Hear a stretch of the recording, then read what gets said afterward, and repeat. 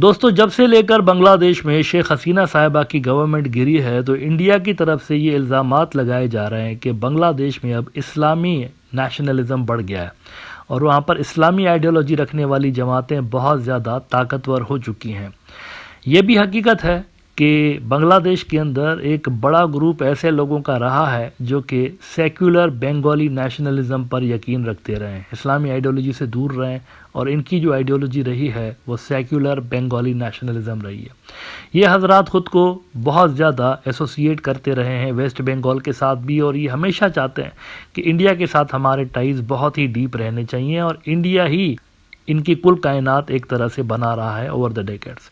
ये हजरात शेख मुजीबुर रहमान साहब को अपना फादर ऑफ द नेशन तस्लीम करते रहे और उन्हीं को इस सेक्युलर बंगाली नेशनलिज्म की आइडियोलॉजी का रूह रवां समझते रहे हैं।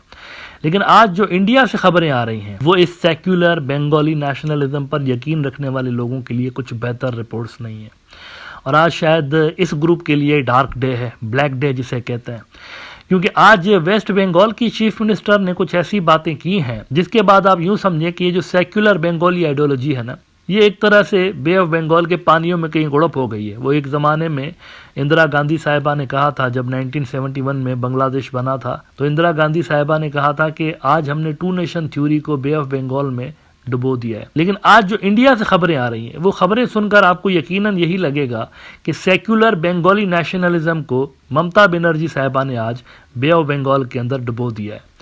ममता बनर्जी ने कहा है आज, और फ्लोर ऑफ द असेंबली पे कहा है, बहुत बड़े फोरम पे कहा है, उन्होंने कहा है कि हमें इन्वेड करना चाहिए, बांग्लादेश को इन्वेड करना चाहिए, इंडिया को इन्वेड करना चाहिए। ये कौन कह रहा है? वो शख्सियत कह रही हैं जिनको वेस्ट बंगाल के अंदर सबसे ज़्यादा सेक्युलर समझा जाता है, और बांग्लादेश के अंदर भी जो Bengali nationalism, secular Bengali nationalism की आइडियोलॉजी रखने वाले लोग हैं वो भी इनको एक तरह से कहीं ना कहीं हीरो समझ रहे होते हैं। वो शख्सियत कह रही है कि हमें इन्वेड करना चाहिए बांग्लादेश को। उन्होंने नरेंद्र मोदी को कहा है कि इस हवाले से इंतजामात कीजिए, और साथ में उन्होंने एक और भी इनको गुजारिश की है, रिक्वेस्ट की है कि यूनाइटेड नेशंस को बोलिए कि फ़ौजें दाखिल कर दिए बांग्लादेश के अंदर और यूनाइटेड नेशंस के ज़रिए कब्ज़ा करवाइए इस मुल्क के ऊपर। इसकी वजह वो ये बता रही हैं कि हमारी जो हिंदू बिरादरी है वो ख़तरे में है, लिहाजा आप इसके ऊपर कब्ज़ा करिए और उनकी जान छुड़ाइए। अच्छा, हिंदू का नाम उन्होंने यूज़ नहीं किया, वो सेक्युलर उनके जो नज़रियात हैं वो आड़े आ रहे हैं तो इंडियन नाम उन्होंने इस्तेमाल किया है, लेकिन बेसिकली वो कहना यही चाह रही हैं हिंदू बिरादरी, हिंदू की जगह पर इंडियन उन्होंने लफ्ज़ इस्तेमाल किया है। तो ये भी दो नंबरी करने की उन्होंने कोशिश की, लेकिन ये बहुत बड़ी खबर है। अगर आप आइडियोलॉजिकल हवालों से देखें तो आज इन्होंने तबाह करके रख दिया है सेक्युलर बंगाली नेशनलिज्म की सोच को। न्यूज़ 18 ने रिपोर्ट किया है, इंडियन न्यूज़ आउटलेट है, Mamata calls for UN peacekeeping force in Bangladesh, seeks PM Modi's intervention. अच्छा, पीस कीपिंग फोर्स भेजने का मतलब क्या है? ये इन्वेजन ही है असल में। वो यही कह रही हैं कि बांग्लादेश के ऊपर कब्जा करने के हवाले से असल में कुछ न कुछ करना चाहिए हमें, और पीएम मोदी इस हवाले से स्टेप्स लें, यानी मोदी बांग्लादेश के ऊपर कब्जा करने के हवाले से कुछ हाथ पांव मारे, कुछ इकदामात उठाए।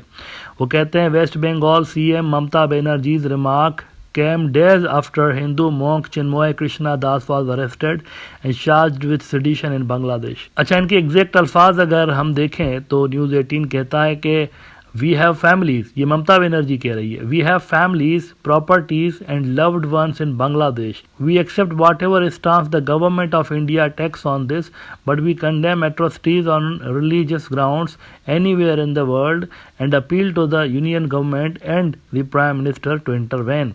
मोदी को कह रहे हैं कि कुछ करिए, बीच में पड़िए, बांग्लादेश के अंदरूनी मामलात में बीच में पड़िए और कुछ करिए यहाँ पर।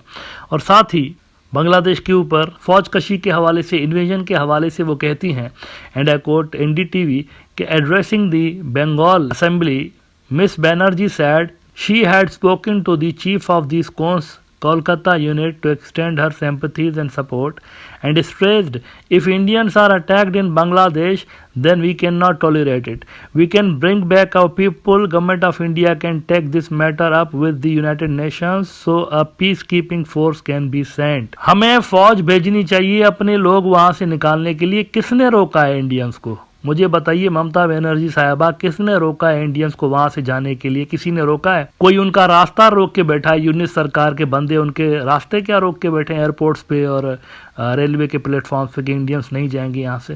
भाई रोज़ाना की तादाद में वहाँ पर कई जहाज़ आ रहे हैं जा रहे हैं, कोलकाता से ढाका, ढाका से कलकत्ता, कलकत्ता से चिटागोंग, चिटागोंग से कलकत्ता, बहुत सारे जहाज़ आ रहे हैं जा रहे हैं। 10-10 हज़ार लोग वहाँ से आ रहे हैं हर महीने और यहाँ से जा रहे हैं कलकत्ता, 10-10 हज़ार। कल मैंने रिपोर्ट बताई थी आपको। कौन रोक रहा है इनको? तो अब ये किस तरह की बातें कर रही हैं कि पीस कीपिंग फोर्स भेज के नरेंद्र मोदी इंडियंस को बाहर निकाले यहाँ से? कौन सा यहाँ पर इमरजेंसी आई हुई है भाई? हर चीज़ नॉर्मल है, जहाज़ें भी चल रहे हैं, सब कुछ चल रहा है, तो इंडियंस तो वैसे भी जा सकते हैं अगर उनको जाना हो वहाँ से, बांग्लादेश से। असल में ये बात कर रही है हिंदू बरादरी की। लेकिन point to be noted is that जब से लेकर ये बग झिक स्टार्ट हुई है इंडिया के अंदर कि हिंदू खतरे में है बांग्लादेश में, तब से लेकर जरा आप कंपेयर करिए कि इंडिया में कितने मुसलमान शहीद हुए हैं दंगे फसादात के अंदर और यहाँ बांग्लादेश के अंदर हिंदू बरादरी की कितनी हलाकतें हुई, कंपेयर करिए। वहाँ ज़्यादा इंडिया में मुसलमान शहीद हुए हैं और क्रिश्चियंस हलाक हुए हैं इस सारे अरसे के दौरान, लेकिन ममता बनर्जी ने उनकी बात नहीं की। Point to be noted. ये बात कर रही है सिर्फ एक जगह पे। क्यों? ऐसा क्यों है? क्योंकि वो जो सेक्युलर बंगाली नेशनलिज्म है ना, वो ख़त्म हो चुका है, वेस्ट बंगाल के अंदर ख़त्म हो चुका है। आरएसएस का नज़रिया वहाँ पर तेज़ी के साथ फैल रहा है। हिंदू मुस्लिम जो डिवीज़न है वो तेज़ी के साथ वहाँ पर क्रिएट हो रही है और अब सेक्युलर जो जमातें हैं वो भी इस बहती गंगा में अपने हाथ धो रही हैं, वो भी कम्युनल बयानात देने में लगे हुए हैं। तो मेरे ख्याल से ये जो एक बड़ी धमकी इनकी तरफ से दी गई है वहाँ से यूएन पीस कीपिंग फोर्स वहाँ भेजने की एक धमकी इन्होंने जो दी है, इस धमकी ने एक मरतबा फिर से सेक्युलर बंगाली नेशनलिज्म के दावे करने वाली जो जमातें हैं बांग्लादेश के अंदर उनको एक्सपोज करके रख दिया है कि वहाँ पर जब इतना ज़्यादा नफ़रत और गुस्सा पाया जाता है बांग्लादेश के ख़िलाफ़, सिर्फ इस वजह से क्योंकि बांग्लादेश के अंदर जो रिवोल्यूशन आया है वो चाहते हैं कि हम इंडिया से अलग अपनी एक इंडिपेंडेंट फॉरेन पॉलिसी लें, तो वहाँ पर आप देखें आग लग गई एक इंडिया के अंदर कि ये क्या हो रहा है, ये हमारे जोन ऑफ इन्फ्लुएंस से क्यों निकले हैं। पहले जैसा हम बोलते थे वैसी फॉरेन पॉलिसी बनाते थे, लेकिन अब ये खुद ही पाकिस्तान के साथ भी टाइज बेहतर बना रहे हैं, दूसरे मुल्कों के साथ भी टाइज अपने स्ट्रॉन्ग कर रहे हैं, तो वहाँ पर आग लग गई है इंडियन पॉलिसी मेकर्स के दिल में कि ये क्या हो रहा है, ये तो बिल्कुल ही कट ऑफ हो गए हमसे। मैं समझता हूँ कि ये बहुत ही गैर ज़रूरी किस्म का बयान है जो कि ममता बनर्जी साहिबा ने दिया है। इनके बयान में और आरएसएस के जो गुंडे हैं उनके बयानात में कोई फ़र्क नहीं रहा। वो भी इसी तरह की बातें करते रहते हैं कि कब्ज़ा कर देंगे, हमला कर देंगे, इन्वेजन कर देंगे, रोज़ाना इस तरह की बातें करते रहते हैं। और अनफॉर्चुनेटली ममता बनर्जी साहिबा ने भी वही बात की है जो कि आरएसएस के गुंडे करते रहते हैं। इससे दोनों मुल्कों के दरमियान जो मामलात हैं ये सुधरने की बजाय मज़ीद आपको ख़राब होते हुए नज़र आएंगे।